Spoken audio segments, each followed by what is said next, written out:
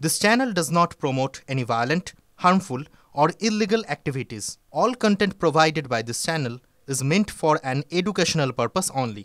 Top quality और consistent performance के लिए सिर्फ सिल्वर पंप्स, नाम याद रखना। আধার কার্ড নিয়ে জোর বিতর্ক। এতদিন সকলে জানতেন যে আধার কার্ডই পরিচয়পত্র। সেখানেই বিহার নির্বাচনের আগে নিবিড়ভাবে ভোটার তালিকা সংশোধনীর নিয়মে বলা হয়েছে আধার কার্ড পরিচয়পত্র হিসেবে গণ্য করা হবে না।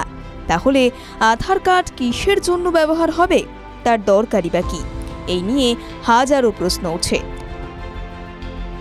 এই পরিস্থিতিতে এবার আধার কার্ড নিয়ে আপডেট দিল নিয়ামক সংস্থা UIDAI, unique identification authority of India, যা আধারের নিয়ামক সংস্থা। তার সিইও ভুবনেশ কুমার বললেন, আধার কখনোই প্রথম পরিচয়পত্র ছিল না। গত 24শে জুন নির্বাচন কমিশন নিবিড় ভোটার তালিকা সংশোধনের জন্য যে প্রয়োজনীয় নথির উল্লেখ করেছে তাতে আধার কার্ডের উল্লেখ নেই।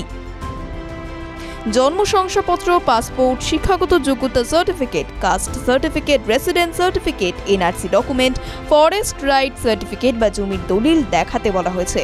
নিজেকে বৈধ ভোটার প্রমাণ করতে আধার কার্ড, প্যান কার্ড কিংবা ড্রাইভিং লাইসেন্স দেখালে হবে না। আধার কার্ড নিয়ে জালিয়াতির রমরমা।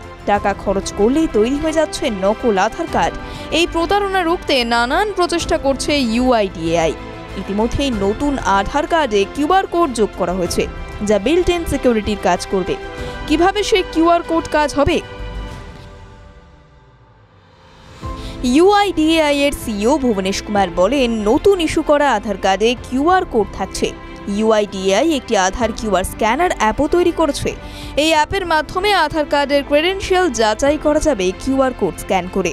যদি কারোর কাছে ভুয়ো আধার কার্ড থাকে তাহলে QR কোড স্ক্যান করলেই ধরা পড়ে যাবে। ফটোশপ করে বা প্রিন্ট করে আধার কার্ড বানানো হচ্ছে।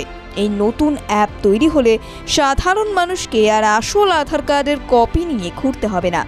মাস্ক আধার কার্ড থাকবে, যেখানে আধার কার্ডের গুরুত্বপূর্ণ তথ্য গোপনীয় থাকবে। TV9 Bangla digital.